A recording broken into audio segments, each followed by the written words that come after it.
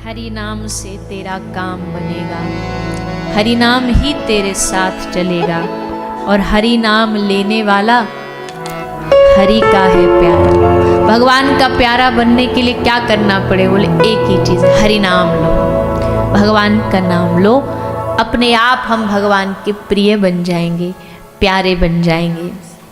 किसी भी व्यक्ति के, और खासकर कोई अच्छा गद्दी पे राजनीतिज्ञ हो, कोई बढ़िया अभिनय वाला हो, कोई नामी ग्रामी आदमी हो, तो उससे हम रिश्ता न होते हुए भी आड़ा टेढ़ा रिश्ता निकाल ही लेते हैं, ढूंढते हैं, कोशिश करते हैं कि इससे कैसे भी रिश्ता बन जाए, संबंध बन जाए। क्यों? बोले काम आएगा। कहीं पुलिस वाले ने पकड़ लिया तो फटाक से बोल देंगे हमारे चाचा विधायक हैं, तो रिश्ता आया तो गर्व आया ना उस बात का। तो वैसे ही भैया हरि है हमारा, इस बात पर गर्व करो, इस बात पे गौरव करो, इस बात पर गर्व हो। अरे किसी एरे गहरे के बच्चे थोड़ी हैं हम, किसी के गीदड़ के बालक थोड़ी हैं हम।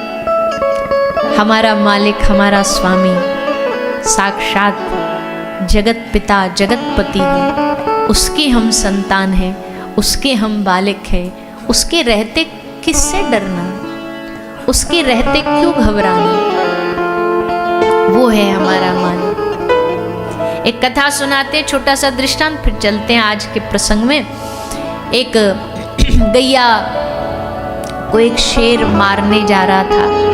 शेर से गैया भागी, भागते भागते अपनी जान बचाती बचाती बेचारी एक तालाब में पहुंच गई। तालाब कैसा था? दलदल भरा था, उसमें पानी नहीं था, थोड़ी कीचड़ थी। तो गाय उसमें पहुंच गई जान बचाने, उसके पीछे पीछे वो सिंह भी, शेर भी पहुंच गया। दोनों जाके बीच कीचड़ में, दलदल में फंस गए। अब ना तो गैया ही निकल पा रही है, न शेर ही निकल पा रहा है, दोनों फंसे भये हैं। एक आध 2-4 घंटे इंतज़ार किया, सुबह से दोपहर, दोपहर से शाम हुई। शाम होते होते शेर टेंशन में आ गया। क्या? बोले भैया लगता अब तो यहीं पड़े पड़े हम ऐसे भूखे प्यासे दिनों दिनों तक खड़े रहे तो यहीं पड़े पड़े मर जाएंगे, कोई हमें देखेगा भी नहीं। और बड़ा चिंता में है। और गाय मस्त है, एकदम मस्ती में अपना जुगाली कर रही है, बढ़िया खड़ी खड़ी, कोई चेहरे पर टेंशन नहीं है। शेर ने पूछा, बहन अब मरता क्या नहीं करता, सोचा दोस्ती कर लूँ। अब तक तो दुश्मनी थी पर अब दोस्ती कर लेता हूँ। तो शेर बोला, बहन तुझे डर नहीं लगता क्या? एक बात बता, यहाँ खड़े खड़े मर जाएंगे हम, कोई याद तक नहीं करेगा, कोई पूछेगा भी नहीं, और तुझ में तो फिर भी इतनी ताकत नहीं, मैं तो जंगल का राजा शेर हूँ, फिर भी मुझे डर लग रहा है और तुझे डर नहीं लग रहा, ऐसा क्या कारण है? तो गाय ने जवाब दिया। गाय मुस्कुरा के बोली, भाई देख, तू है जंगल का लावारिस पशु, पर मैं लावारिस नहीं हूँ, मेरा एक मालिक है, मैं किसी के घर की गाय हूँ, और जब मेरा मालिक देखेगा ना लौट के नहीं आई तो मुझे नहीं ढूंढने जाना पड़ेगा, वो ढूंढता ढूंढता यहाँ आएगा और मुझे दलदल से निकाल करके लेकर जाएगा। मरेगा तू, क्योंकि तू है लावारिस। टेंशन तुझे होनी चाहिए हमको। भैया मालिक वालों को टेंशन नहीं होती, जिनके जीवन में एक मालिक होता है ना, उन्हें भरोसा होता है। हम गिर भी गए तो वो बैठा है हमें संभालने के लिए, वो निकाल लेगा हमें दलदल से, वो बचा लेगा हमें। लावारिस जो होते हैं वो घबराते हैं, क्योंकि उन्हें पता है कौन बचाएगा, कोई है ही नहीं बचाने वाला। लेकिन जिनको पता है कि डूबती हुई उस नैया को भी ठाकुर जी आकर के बचा लेंगे, उन्हें चिंता की आवश्यकता नहीं होती है। इसलिए राजा परीक्षित की नाव डूबने ही वाली थी, पर क्या राजा चिंतित थे? 7वें दिन जिसकी मौत होने वाली हो, सोचो उसकी क्या दशा होगी। मैं कई बार कहा करती हूँ, हम तो इसलिए कथा में 7 दिन बैठ के मौज ले रहे होते हैं क्योंकि हमें पता है 7वें दिन हमारी टिकट है, आराम से बढ़िया बम्बई वापस जाएंगे। पर जिसको पता हो 7वें दिन मरने वाले, क्या ऐसी शांति से कथा सुनेंगे? गंगा के तट पे सब छोड़ के चलो आराम से बैठ के जो होगा देखा, कथा सुनते हैं हम तो डूब के। अरे भैया, रात की नींद उड़ जाएगी, बेचैन हो जाएंगे, घर वाले परेशान हो जाएंगे। और राजा ने वैसे भी, परीक्षित राजा ने सोचा कि अगर घर में रहा तो आधा सा समय तो घर वाले इसी बात में निकाल देंगे, कैसे हुआ, श्राप कैसे लगा, इसी बात में 7 दिन निकल जाएंगे। किसी को कुछ हो जाए ना, कोई पैर फ्रैक्चर हो जाए जैसे हमारा हो गया था, तो अब उसमें आधी तो पूरा आधा समय तो कहानी बताने में निकल जाता है, कैसे हुआ, कहाँ गिरे थे, फिर कोई बता दे कि जी ऐसे ऐसे कहीं स्नान घर में नहाते नहाते गिर गए, अरे फिर लग गई, लगी नहीं तो फिर पाँव में प्लास्टर काय को बंधा है। अच्छा, दर्द तो हुआ होगा, बोले नहीं बिल्कुल भी नहीं हुआ, दर्द क्या चीज होती है, देख के चलना चाहिए था ना। अरे भैया, ज्ञान तो हमें भी पता है, पर जब होनी आती है तब थोड़ी ना कुछ दिखाई देता है। अब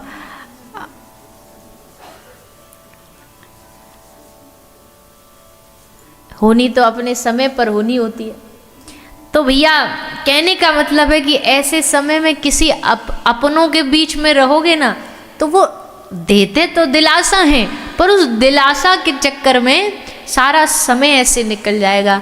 इसलिए राजा परीक्षित ने सोचा, इन संसार, रिश्तेदार, परिवार के बीच में रहने से अच्छा है साधुओं के बीच में जाएं। साधु दिलासा नहीं देगा, साधु समाधान देगा। साधु के पास समाधान होता है। दुनिया कंफ्यूजन देती है, साधु कंक्लूजन देता है। दुनिया संशय देती है, साधु समाधान देता है। इसलिए राजा परीक्षित समय न बर्बाद करते हुए सीधा गंगा के तट पर पहुँचे। गंगा के तट पर आए और तभी तत्रा भवद भगवान व्यासपुत्रो, व्यासपुत्र श्री सुखदेव नंदन 16 वर्ष के सुखदेव जी, शरीर पर एक वस्त्र नहीं था। ऐसा नहीं कि वस्त्र त्यागा। एक बात बताएं, त्याग और वैराग में फर्क होता है। त्याग वो होता है जो जबरन किया जाता है, वैराग्य वो होता है जो हो जाता है। आज भी बहुत सारे लोग करेंगे, हमने वस्त्र त्याग दी, नहीं, वो किसी वस्तु का नकल है। एक होता है जब भान ही ना रहे। सुखदेव जी को पता ही नहीं कि वस्त्र धारण किए कि नहीं किए। 16 वर्ष की आयु हो गई, उन्हें स्त्री और पुरुष का भेद नहीं पता। गांव के बच्चे पत्थर लेके मारते आ रहे हैं उनके, अरे राम राम, कौन बावरा आ गया इस गांव में, देखो इतना बड़ा युवान नंग धड़ंग घूम रहा है, कोई पहचान नहीं पाया। लेकिन वही 16 वर्ष सुखदेव जी जब आए राजा परीक्षित के पास, संतों के बीच में, बड़े बड़े अत्रि, वशिष्ठ, चैवन, शरद्वान, अरिष्ट, नेमिर, जितने बड़े बड़े महापुरुष थे, 16 वर्ष के सुखदेव जी को देख करके सब खड़े हो गए। हमारी भारतीय सनातन परंपरा में एक बड़ी सुंदर बात है, यहाँ किसी की आयु नहीं देखी जाती, यहाँ किसी की जाति नहीं देखी जाती, यहाँ उम्र से उनकी जाति परिभाषा से भेदभाव नहीं किया जाता। यहाँ जो ज्ञान जिसके भीतर हो उसका सम्मान किया जाता है। जाति ना पूछिए संत की, पूछ लीजिए ज्ञान, और काम करो तलवार से, पड़ी रहन दो म्यान। तुमको तलवार से काम है ना, म्यान से क्या लेना देना, तुमको साधु की जाति से क्या लेना देना, उसके परिवार से क्या, तुम्हें तो उसके ज्ञान से लेना देना है। साधु आया, संत आए, सुखदेव जी आए, सब खड़े हो गए। साधु को पहचानना सबके बस की बात नहीं है, हर कोई नहीं पहचान पाता। क्यों? क्योंकि साधु अपने आप को छुपा के रखता है। अच्छा साधु कभी अपने आप को प्रकट नहीं करेगा, वो अपनी शक्ति को, अपनी ताकत को, अपनी भक्ति को, अपने गुणों को छुपा के रखेगा। क्योंकि अपने गुणों को, अपनी कमाई को छुपाया जाता है। उसका डिंडोरा नहीं पीटा जाता। आज हम आप ही से पूछे बताओ आपकी महीने की इनकम कितनी है, बैंक में कितना बैलेंस है, तो बता दोगे क्या कि भैया इतना है हमारे पास? छुपा के रखें। अपनी कमाई कौन बताता है? साधु भी अपनी भक्ति ये उसकी कमाई है, उसका साधन उसकी कमाई है, उसको छुपा के रखता है। पर संत जहाँ आ जाए, संत का चरण जहाँ पड़ जाए, वो भूमि, ये ऋषिकेश, हरिद्वार, बनारस, वृंदावन धाम, ये क्यों पवित्र हैं? इन धामों को पवित्र क्यों माना जाता है? यहाँ भगवान की लीला हुई, वृंदावन में लीला हुई, यहाँ महादेव विराजमान है, ये तो है ही है। पर ये भूमि इसलिए भी धन्य है क्योंकि इस मिट्टी में न जाने कितने सिद्ध महापुरुषों ने बैठ करके अपना साधन भजन तप किया है। उनका तप आज भी इस माटी में विराजमान है।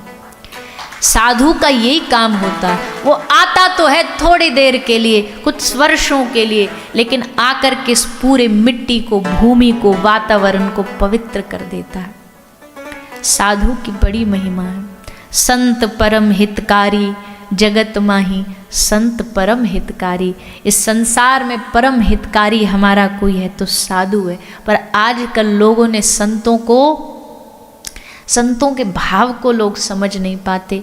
संतों की, एक महाराज जी कहते, भैया हमारे संत, वो महात्मा थे, सन्यासी थे, तो बोले भैया क्या बताएं, आज के लोगों ने तो संतों की बस औकात ही कितनी बिगाड़ रखी है। क्यों? बोले बच्चा रोता तो बच्चे को कहते बेटा चुप हो जा, नहीं बाबा आ जाएगा। तो महाराज जी कहते, बोले बाबा है कि भूत है जो बच्चों को डराते उनका नाम ले ले करके? बोले दाढ़ी वाला बाबा आ जाएगा। अब बच्चों को भी क्या पता है बाबा जी कौन, मतलब वो डरने वाला बाबा, उसके लिए। अच्छा ये बाबा बोले यहाँ तक तो ठीक है कि बाबा आ जाएगा, यहाँ तक तो हमको भी बात समझ में आती। एक मैया बोल रही थी, बोले बेटा सो जानी बाबा खा जाएगा।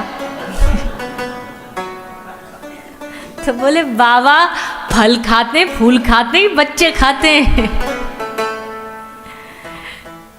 क्या शिक्षा दे रहे बच्चों को? एक बोला बाबा जी एक हमको अपनी फोटो दे दो। बाबा बोले वाह क्या भाव है बेचारे का, क्या करेगा? बोले दुकान में लगाऊंगा। आहा कितना भाव है संतों के प्रति, वाह भैया क्या बात है, क्या कहना। बोले नहीं वो क्या होता है ना, ग्राहक आते हैं, वो हम उनको रेट बताते हैं सामान का, तो हमसे तर्क करते हैं। अब ऐसे तो मानेंगे नहीं, तो कसम खाने के लिए कोई चाहिए, तो आपकी फोटो वहां रखनी है। गुरु जी कसम। गुरु जी बोले इधर आ, तू तुझे हम ही झूठ बोलने मरवाने मिले। गुरु जी की फोटो चाहिए, गुरु जी की कसम खाने के लिए। काम करो, धंधे में धपलाबाजी तुम करो और उसमें कसम खाओ गुरु जी की। हद हो गई भैया। साधु तो साधु होता है, संत तो संत होता है। भगवान के पास जाने के जो योग्य बना दे वो साधु होता है। कीचड़ में से उठा करके कमल बना दे वो साधु होता है। इसलिए ऐसे संतों की सन्निधि से ही जीवन में कल्याण होता है, मंगल होता है। तो जैसे ही श्री सुखदेव महाराज पहुंचे, परीक्षित राजा प्रसन्न हो गए। अब हमको कोई टेंशन नहीं है, मौत कल क्या आज आ जाए। सामने साधु बैठा है, कान में भगवान की कथा उनके मुख से जा रही है, अब मरने से क्या डरना। बड़े आनंदित हुए राजा परीक्षित। और तब सुखदेव जी ने श्रीमद् भागवत कथा राजा को सुनाना आरंभ किया। राजा कथा सुन रहे हैं। कथा सुनते सुनते श्री सुखदेव जी महाराज ने राजा परीक्षित को सृष्टि का प्रकरण सुनाया। सृष्टि प्रकरण, प्रथम मानव का जन्म कैसे हुआ, कौन इस सृष्टि में प्रथम मानव बना। सनकादिक आदि ऋषियों का प्रागट्य हुआ। ब्रह्मा के ललाट से भगवान रुद्र प्रकट हुए। भगवान रुद्र मतलब भगवान महादेव। महादेव को कहा सृष्टि आगे करो, सृष्टि का निर्माण करो। तो इन्होंने सृष्टि बनाई। कैसी सृष्टि बनाई? महादेव की सृष्टि कैसी थी? कोई मुखहीन विपुल मुख काहू। किसी को मुंह ही नहीं दिया तो किसी को 1000 मुंह दे दिए, किसी को 1000 हाथ दे दिए तो किसी को हाथ ही ना दिए। ऐसी उलट पुलट सृष्टि बना दी। ब्रह्मा जी ने कहा भगवान रुद्र को कि प्रभु आप सृष्टि बनाने के सामर्थ्य में नहीं, आप तो जब सृष्टि का विनाश करना होगा तब हम आपको याद करेंगे, तब तक आप विराजो, क्योंकि ऐसी सृष्टि तो बननी नहीं, ऐसे तो सृष्टि चलनी नहीं। देखो बड़ी विचित्र बात है कि इस संसार में एक देव जिनको विनाश का देवता कहा गया है वो भगवान महादेव हैं। अब विनाश कारक जो होता है वो तो थोड़ा सा पत्थर हृदय होना चाहिए ना, विनाश वही कर सकता है। लेकिन महादेव को जब प्रणाम करते तो क्या बोलते हैं? कर्पूर गौरम करुणावतारम। करुणा के जो अवतार हैं, करुणा और विनाश ये दो एकदम विपरीत चीजें हैं। और महादेव के जीवन में तो सब चीज ही विपरीत है। महादेव का खानदान देखो, सब एक दूसरे के विपरीत है। आज तक जीवन में कभी शेर और गाय की बनी नहीं, पर महादेव के कैलाश में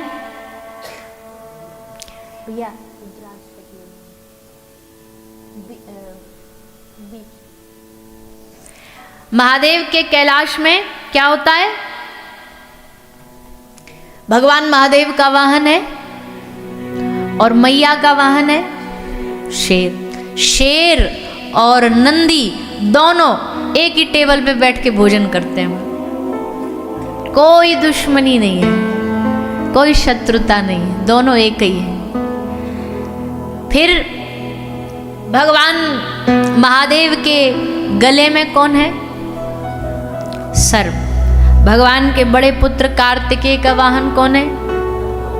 मोर और सांप की कभी बनी नहीं, पर वहां वो दोनों भी आराम से चैन से बैठे हैं। सांप और चूहे की कभी बनी नहीं, लेकिन वहां गणपति का मूषक और महादेव के सर्प साथ में बैठ के दूध पीते।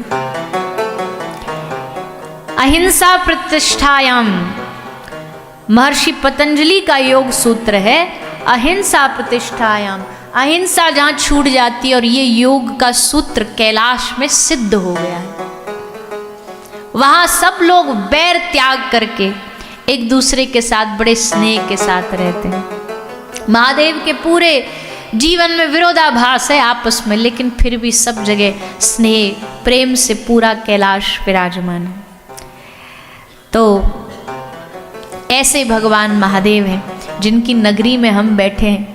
पूरा ये जो क्षेत्र है उत्तरकाशी, उत्तराखंड, हरिद्वार से जहाँ से ही प्रवेश होता है, यहीं महादेव का डमरू आरंभ हो जाता है और वहीं से उनकी कृपा बरसनी चालू हो जाती है। पूरा आगे तक बढ़ते बढ़ते पूरी इस भूमि पर महादेव की अद्भुत कृपा है, अद्भुत कृपा है। और जिन माता गंगा के चरणों में हम बैठे हैं वो तो महादेव की ही कृपा से इस धरती पर आई, उनकी देन है। जटा में धारण करके इस धरती को पवित्र करने के लिए भैया भारतवर्ष, भारत भूमि धन्य तो थी ही थी, लेकिन महान थी, पर महानतम तब बनी जिस दिन गंगा मैया इस धरती पर कल कल छल छल करती हुई बहने लगी। तब ये महानतम बन गई भारत की भूमि, और इसको लाने वाले भी भगवान महादेव। महादेव, महादेव की करुणा, ऐसे करुणा के भंडार महादेव को विनाश का देवता बना दिया। श्री ब्रह्मा जी ने कहा कि आप सृष्टि की रचना नहीं कर सकते, आप विश्राम करिए, सृष्टि के विनाश के समय हम आपको संपर्क करेंगे, तब आप आ जाइएगा। तीसरा नेत्र खुलते ही समग्र संसार भगवान में समा जाए, ऐसे भगवान महादेव। तो सृष्टि कैसे बनी? ब्रह्मा जी ने बनाई, मनु महाराज के द्वारा बनाई गई। भगवान ने सृष्टि का सृजन किया। समस्त जो दुनिया में संसार में नदियां हैं, भगवान के गोद से समुद्र प्रकट हुआ, नख से पशु आदि प्रजातियों का प्रारंभ हुआ, प्रागट्य हुआ। पूरी सृष्टि का निर्माण कैसे हुआ, जीव संसार में कैसे आया, ये सब भागवत के सृष्टि प्रकरण में सुनाया गया। ब्रह्मा जी भगवान ने प्रकट किए, ब्रह्मा जी को आदेश दिया आप जाइए, जा कर के अब सृष्टि का निर्माण कीजिए। ब्रह्मा जी ने अपने शरीर से मनु शतरूपा को प्रकट किया। महाराज मनु प्रकट हुए, उनसे कहा सृष्टि का तुम आगे बढ़ाने का कार्य तुम्हें सौंपा जाता। मनु महाराज ने कहा मैं बढ़ा तो दूंगा पर सृष्टि रहेगी कहाँ, स्थान भी तो चाहिए, क्योंकि तब तक माता पृथ्वी समुद्र में समाई थी।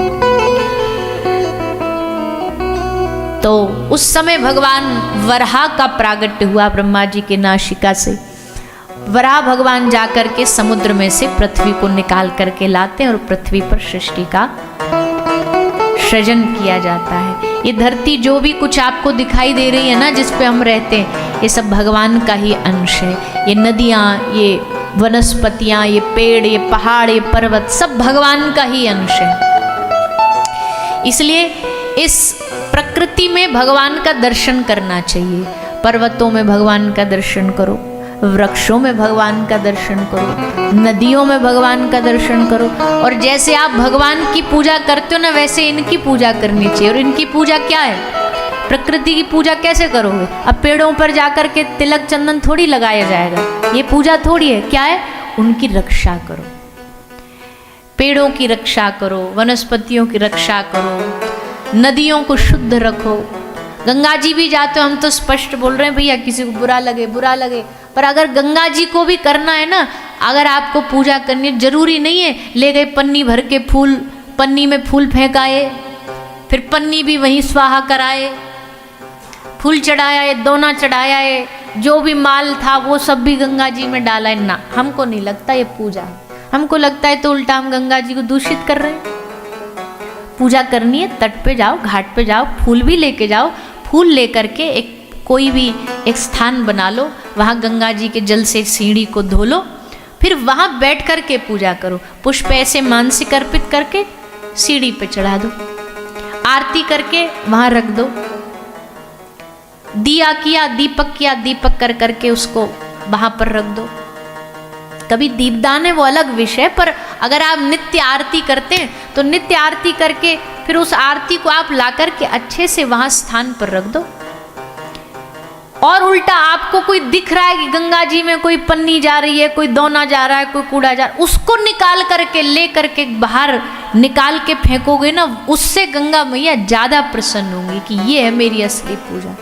आजकल हम पूरे विश्व में कोई नदियों को माँ नहीं कहता, केवल भारतीय सनातनी लोग कहते हैं कि नदी हमारी माँ है, गंगा हमारी माँ है। लेकिन आज आप विदेशों की नदियाँ जो माँ नहीं मानते, उन नदियों को जा कर के देखो कितनी पवित्र है। और जिसको हम माँ कहते, अपनी नदियों को देखो।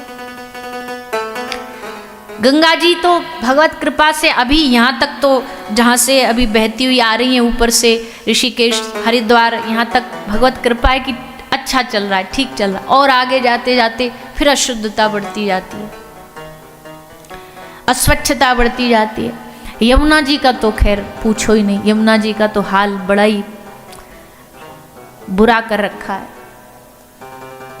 आचमन लेने में भी आदमी 10 बार सोचता है कि भाई क्या, कैसे आचमन करें, कैसे स्नान करें। और कहते हैं ये हमारी माँ है, गंगा यमुना मैया की जय जय जयकार लगाते। भैया अपने तीर्थों में आते हो ना तो बड़ी शुद्धता से रहो, पवित्रता से रहो, गंदगी नहीं फैलाओ। आज पूरा विश्व इस भारत देश में आता है, यहाँ ऋषिकेश में भी कितने सारे बाहर विदेशी आते हैं, खैर उनका उद्देश्य घूमना होता है, पर फिर भी आ रहे हैं या देखते हैं। देख करके ये नहीं लगना चाहिए कि ये जिसको अपनी माँ कहते, देखो उसकी क्या हालत बना रखी है। बेचारे पंडा जी लिख लिख के यहाँ पे साबुन नहीं लगाओ, गंगा जी में स्नान करो तो शैम्पू साबुन न लगाओ, फिर भी मैया वहीं कपड़ा धोएंगी। तो कुछ चीज़ें हैं जो हमें अपने तीर्थों को शुद्ध बनाने के लिए करनी है। खाया पिया यहीं फेंक गए, कचरा फेंक दिया, इससे तीर्थ अशुद्ध होते हैं और इससे हमें अपराध लगता है। तो गंगा जी पवित्र थी, गंगा जी पवित्र हैं, गंगा जी पवित्र रहेंगी। उनकी पवित्रता पर कोई प्रश्न नहीं उठा सकता, पर उसकी पवित्रता गंगा मैया बनाए रखती, पर उसकी स्वच्छता बनानी हमारी जिम्मेदारी। वो गंगा मैया नहीं बनाएंगी, वो पवित्र रहेंगी, पर गंगा मैया स्वच्छ बनानी ये आपकी और हमारी जिम्मेदारी है। पिकनिक स्पॉट नहीं है ये जगह, कोई भी धाम।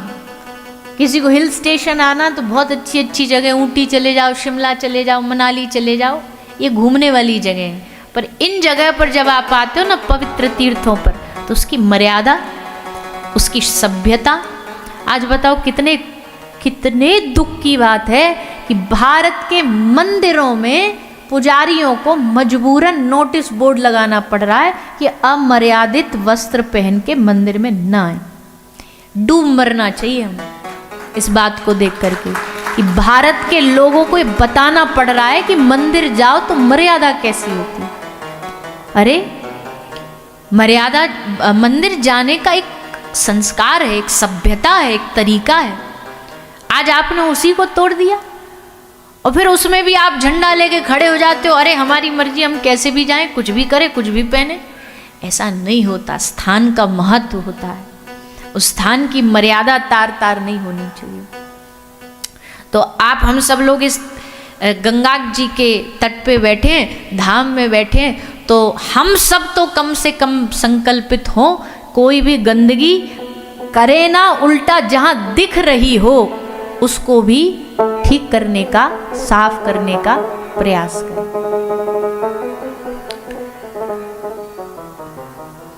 आज ही हम निकले अपने कॉटेज से बाहर, अब कुछ वहाँ ऐसी थोड़ा वीडियो कुछ फोटो ले रहे थे, देखा तो 4-5 तो वहाँ वो पानी की बोतल पड़ी थी इधर उधर, और 6-7 गिलास पड़े थे चाय के। तो पहले तो हमने अपने वाले बुलाए, में इधर आओ, ये किसके कारनामे। अब पता नहीं कारनामे तो किसके थे, पर उन्होंने तो ये कह दिया कल जो मिलने वाले आए थे वो डाल गए।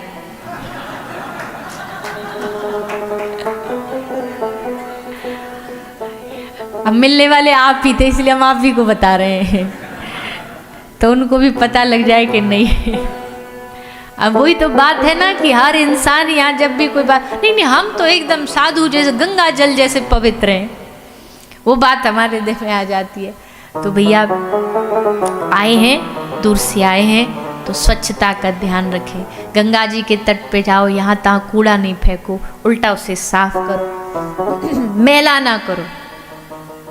मंदिर जाते हो, तीर्थ जाते हो, उन मंदिरों को स्वच्छ बनाए रखें, वहाँ की पवित्रता, वहाँ की मर्यादा न तोड़ें। आज तीर्थों में, खैर अब ये विषय बहुत ज़्यादा हो जाएगा, पर दुख है, पीड़ा है हृदय में, तो बोलना चाहिए कि ऋषिकेश, हरिद्वार, वृंदावन, क्या आपको लगता है इन जगहों पर मांस मदिरा की दुकानें होनी चाहिए? इस जगह पर अगर मांस बिकेगा, इस जगह पर अगर मदिरा बिकेगी, तो धिक्कार है हमें। हमारे वंशज, पुराने ऋषि महात्मा, उनकी आत्मा बैठ कर के रोती होंगी। क्या इनके भरोसे हम ये तीर्थ छोड़ के गए थे? क्या इन लोगों के भरोसे हम ऋषियों की संतानें हैं, हम ऋषियों के पुत्र हैं? पर हमारे बड़ा हम पे कृपा रखते हैं, दूर नहीं है यहाँ से, हरिद्वार में ही रहते हैं पूज्यपाद श्रद्धेय योग ऋषि स्वामी रामदेव जी महाराज। तो आप कहते हैं, कई बार हमने सुना उनके मुख से, वो कहते हैं कि हम सब ऋषि पुत्र हैं, ऋषियों की संतानें हैं। आगे भी मनु महाराज की 9 जो पुत्रियां 9 ऋषियों को ब्याही गई, उनसे ब्राह्मण वंश चला, उनसे सब वंश आगे बढ़े। तो कहते हैं कि हम सब हैं तो ऋषि पुत्र, पर शाम होते होते सब शीशी पुत्र बन जाते हैं।